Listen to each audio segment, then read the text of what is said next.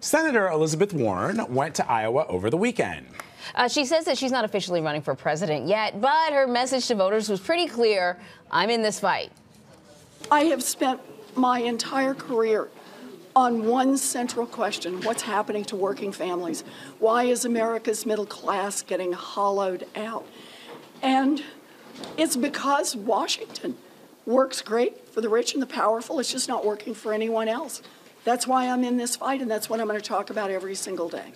All right, CBSN political reporter Cailtin Huey-Burns traveled to Iowa to cover Warren's visit, but she's back here in New York with us, which is great. Yes, much colder here, actually, than it was in Iowa. No It's way. freezing here today. We've been talking about that, there, and in the studio, too. Get a little heat. Anyway, so, Cailtin, okay, so she said her hat isn't officially thrown into the ring, but, you know, most people sort of pass through Iowa to see what sort of reception they're getting. What does it seem like her presence in the 2020 election is sort of shaping up to be? Well, the reason we're covering Warren now is that she's the first major kind of top-tier candidate or potential candidate to make official moves towards 2020. So she announced that exploratory committee last week. This was her first visit to Iowa in this kind of capacity. So these stops, she made 5 of them around the state. I covered several of them. She was hosting kind of question and answer sessions. These were pretty big events, you know, 700 people at one that I covered, which is pretty big considering we're still a year away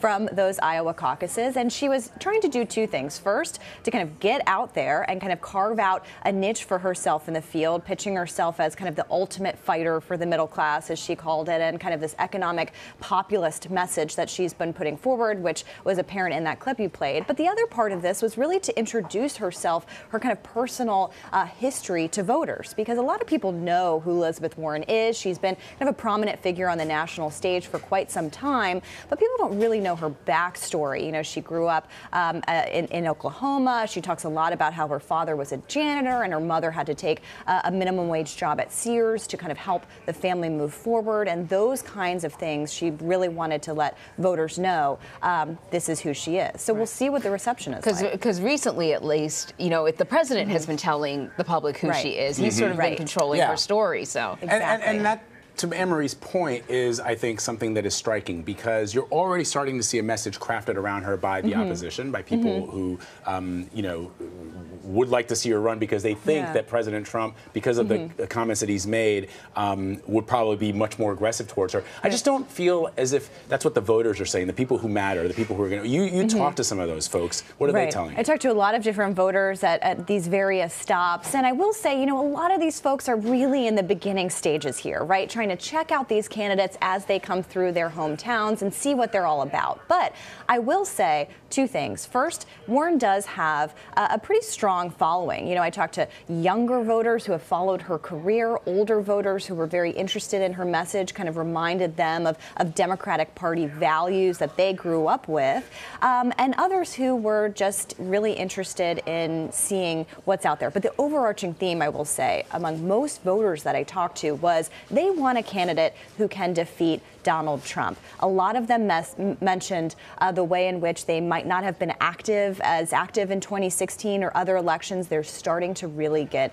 active now, and we saw that obviously in the midterms. So what that candidate looks like obviously remains to be seen, and that's what we're going to be covering over the next 2 years as voters try to figure that out. But certainly they want someone who can defeat the president. So what was she saying to voters? What's sort of her highlight reel?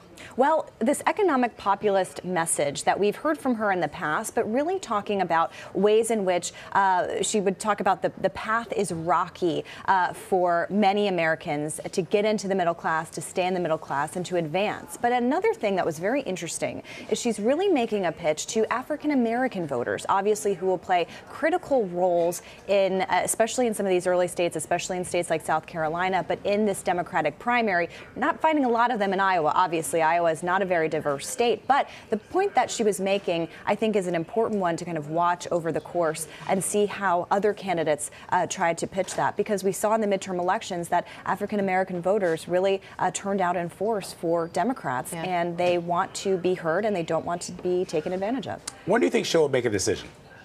Well, she announced this exploratory committee, and she was obviously in Iowa. She's heading to New Hampshire probably this weekend, and some other early states.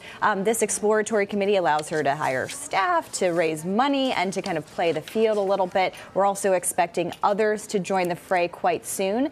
So being out there first has advantages and disadvantages. The advantages, of course, are you're kind of first out there. Obviously, Julian Castro, who is also in Iowa today, announced an exploratory committee. The drawbacks, though, as you mentioned, she is kind of the leading opponent of the president, and he's been going after her a lot lately. All right.